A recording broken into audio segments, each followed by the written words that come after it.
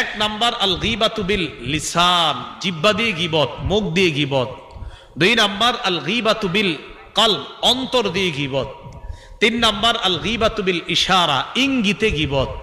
চার নাম্বার আল গীবাতু বিল কিতাবা, লেখায় গীবত। ফেসবুক ব্যবহারকারীরা একদম উঠেন না, মন দিয়ে শোনেন, লেখায়ও গীবত হয়। আমি আবার বলছি, এরপর আবার আপনারা বলবেন।